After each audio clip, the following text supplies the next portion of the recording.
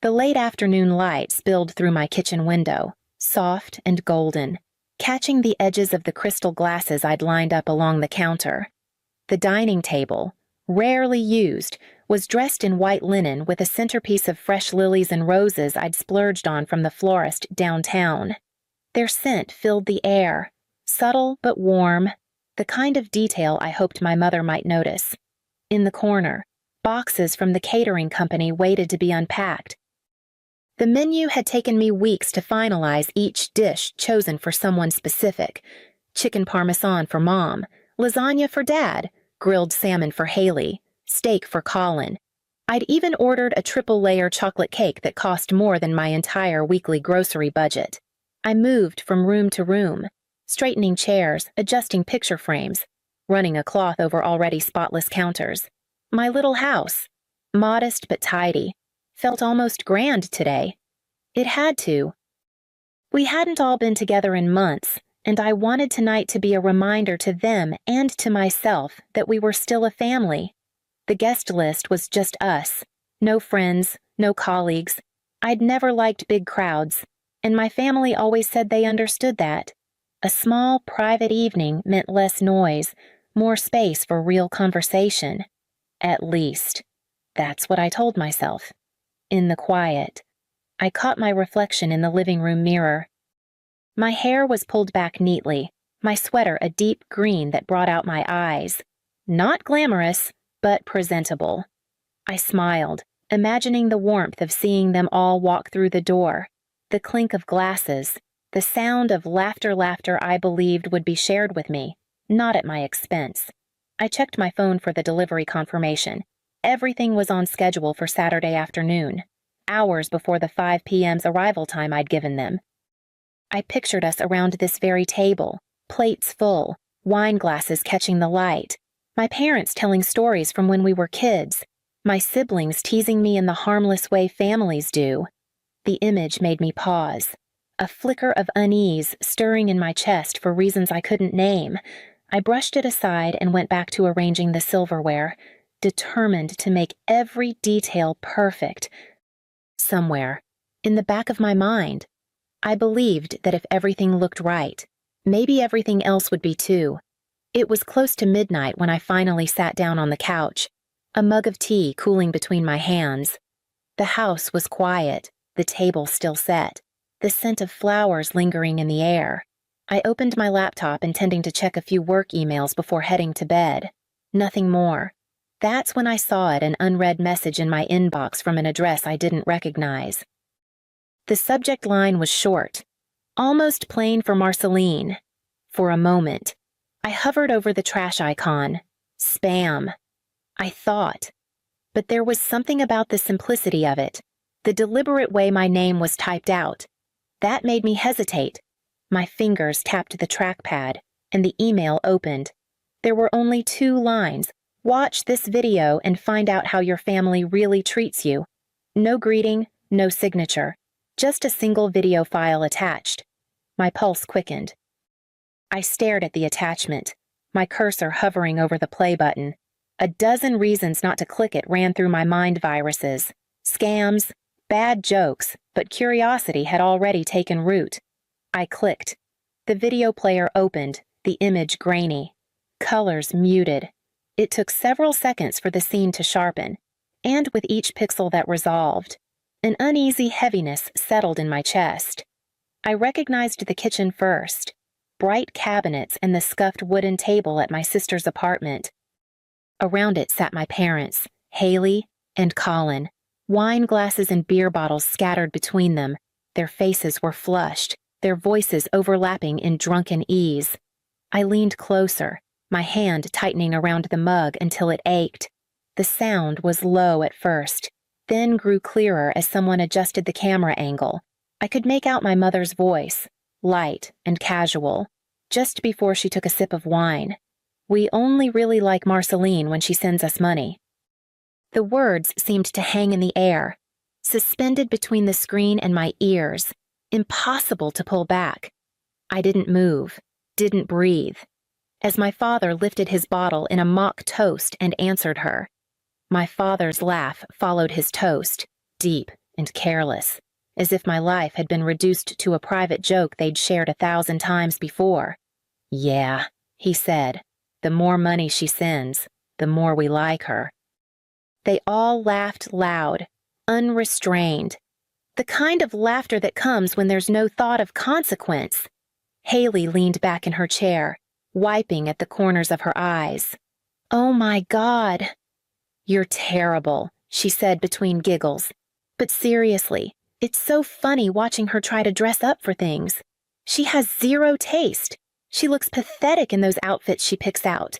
My gaze dropped involuntarily to the sweater I was wearing, the one I'd chosen so carefully for tomorrow. Colin shook his head, grinning. "And I can't believe she's having her birthday at home instead of taking us somewhere nice. What's the point of having money if you don't spend it on us? She's probably just too afraid of big crowds," Haley added with a smirk. More laughter. Then Colin shrugged. "The best part is we don't even have to give her expensive gifts." "Honestly, I don't want to give her anything." Haley jumped in eagerly. "Right. She gives us way too little anyway. All she covers is rent and maybe throws me 100 or 2 extra. It's not enough." I felt my stomach twist. I sent her nearly 1,000 every month, on top of her rent.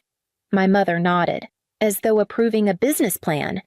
"We need to figure out how to hint she should take better care of her family. Make her feel guilty about not doing enough." And then my father sealed it. He raised his bottle once more, eyes glinting, to our little ATM. The clink of glass rang in my ears.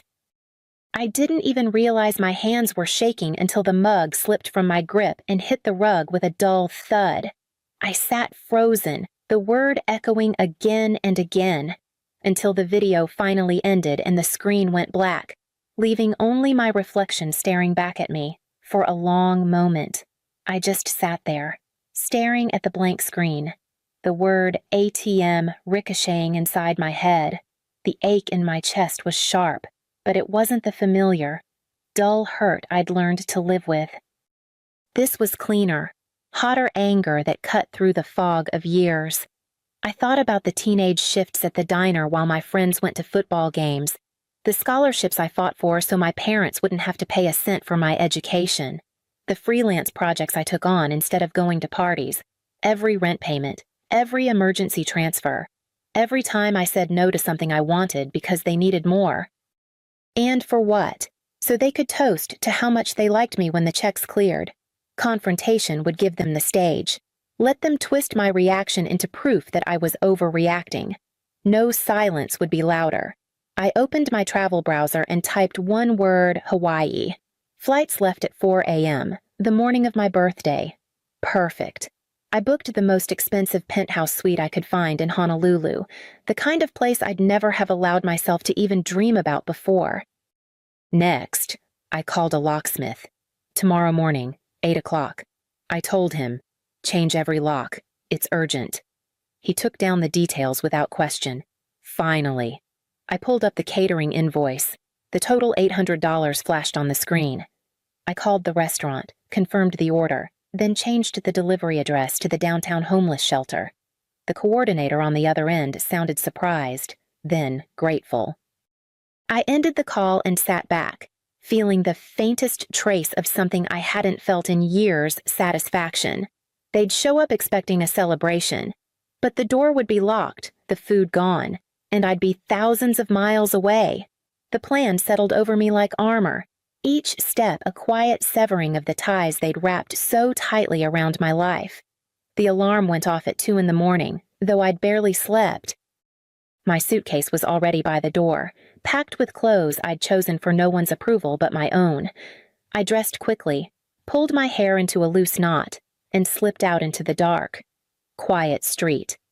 The Uber driver didn't ask questions, and I didn't offer answers. The ride to the airport was silent except for the occasional turn signal and the hum of tires on pavement.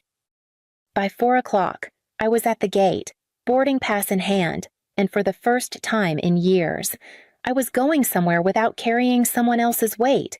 The flight was long, but strangely calm. I watched movies, sipped bad coffee, and let the steady roar of the engines drown out every lingering echo of their voices from that video. When we landed, warm Hawaiian air wrapped around me like something I didn't know I'd been missing. By the time I checked into the penthouse suite, the afternoon sun had begun its slow drop toward the ocean. Floor-to-ceiling windows framed the view like a living painting, but my attention kept drifting to the phone in my bag. I knew what time it was back home. 5 o'clock. The first call came from my mother, her name lighting up the screen. Then my father, then Haley, then Colin, one after another. Relentless. The vibration on the nightstand seemed almost alive, rattling against the wood. I let each call go to voicemail. When the ringing finally stopped, the text messages began. "We're here. Where are you? This isn't funny. Answer us. We're waiting outside." I scrolled through them slowly, imagining them standing on my porch, confusion turning to irritation, irritation to panic. My fingers hovered over the keyboard, and then I attached the video their own words, their own laughter, and typed only one sentence: "Away from the toxic family." I hit send.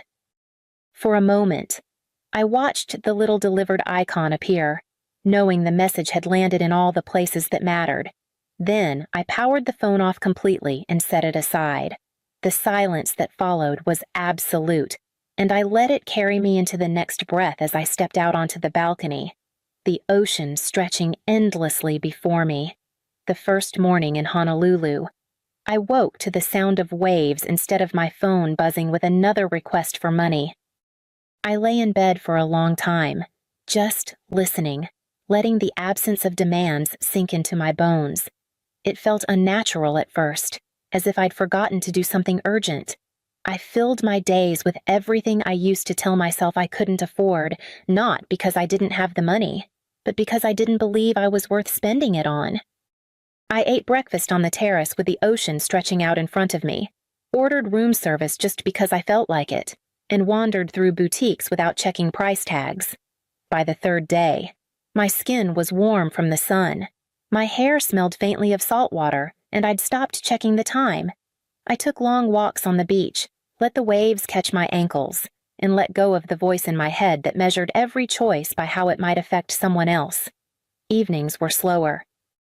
I'd sit in the hotel lounge with a glass of wine, watching strangers laugh and talk without thinking of the next bill I had to cover for someone else. For the first time in years, I didn't feel tethered to anyone's expectations.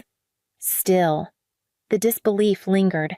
It was strange to realize I could go an entire day without a single interaction with my family and not only survive but feel lighter for it.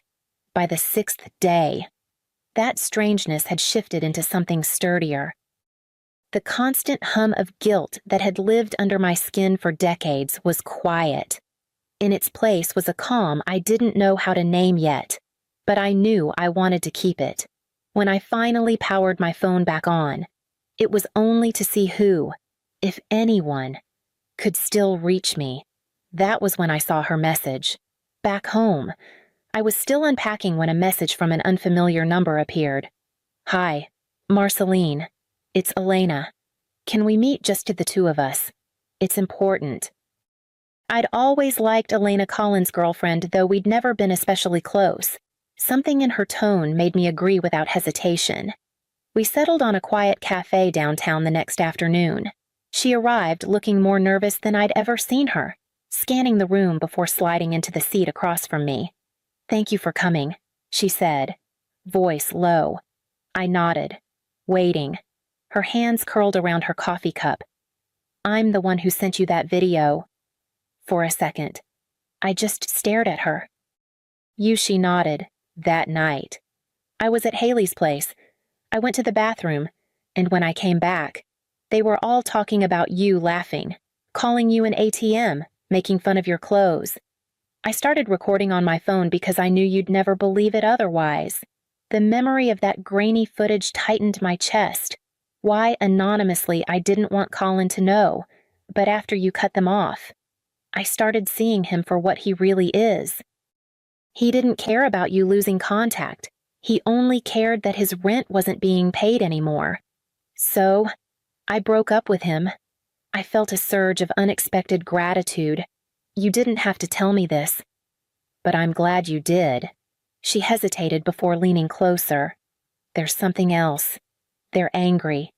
Marceline, I've heard them talking about ways to shame you publicly posting things online, twisting the story so you look like the selfish one. They think if enough people believe it, you'll have to come back to defend yourself. The air between us seemed to sharpen. Thank you for warning me, I said, steadying my voice. I'll be ready for whatever they try. And for the first time since this all began, I knew I meant it. Elena's warning proved true within a week, the first time I saw them outside my office. I thought it was a coincidence. My parents stood near the entrance, pretending to look at their phones. But when I walked past without acknowledging them, my mother called out, voice trembling just enough to sound pitiable, "Marceline, please, just 5 minutes." I didn't stop. Security caught the exchange and escorted me inside, their eyes following me all the way to the elevators. Then came the messages through mutual friends, people I hadn't spoken to in years suddenly checking in, asking if I'd really abandoned my family. It was always the same story they were struggling. They didn't understand why I'd cut them off. They just wanted to talk. The guilt was neatly packaged, designed to slip past my defenses. When that didn't work, they got bolder. My bank called to alert me to multiple failed attempts to log into my accounts. The representative confirmed the attempts came from my hometown. I changed every password, set up new security questions, and added two-factor authentication. The thought of them trying to get into my accounts made my skin crawl. One afternoon, as I was leaving work, I saw Haley leaning against the hood of a car across the street. She didn't say anything, just smirked, as if daring me to approach. I walked to my own car without looking her way, heart pounding but steps steady. After that, security insisted on walking me out most evenings. At first, I resisted. Then I realized it wasn't about fear, it was about refusing to give them any opening to twist the narrative, no matter how many tactics they tried. I didn't respond. I wouldn't give them the argument they wanted, the chance to paint me as the aggressor. I went home each night to a locked door and the silence I'd fought for, holding on to it like the most valuable thing I'd ever owned. Elena's warning proved true faster than I expected. Within a week, they were waiting outside my office building, first my mother, then all of them together. They would linger near the parking lot, arms crossed, eyes scanning every person who came out. When I walked past without acknowledging them, the calls and texts from mutual friends started. Your family is worried about you. They say you've cut them off for no reason. The messages were always laced with judgment, as if I owed an explanation to anyone who asked. Then came the bank alerts. Unsuccessful login attempts on my checking account, my savings, even my retirement fund. I changed every password, added extra verification. And still, the notifications kept coming. They were desperate enough to try prying into every corner of my life, but too careless to succeed. One afternoon, as I left the building, my father stepped directly into my path. "We need to talk," he said. His tone caught somewhere between pleading and command. Before I could respond, security intervened, guiding me past him and into the waiting car. It wasn't the first time that week they'd had to escort me. The effort they poured into chasing me was almost impressive. In a grim way, they'd never shown that kind of persistence when it came to anything else, only when there was money involved. I stayed silent through all of it. No texts, no calls, no public defense. The truth didn't need defending, and I wasn't going to step back into their arena just so they could twist my words. Each failed attempt on their part only solidified something inside me. Whatever they were planning next, I was determined to be ready.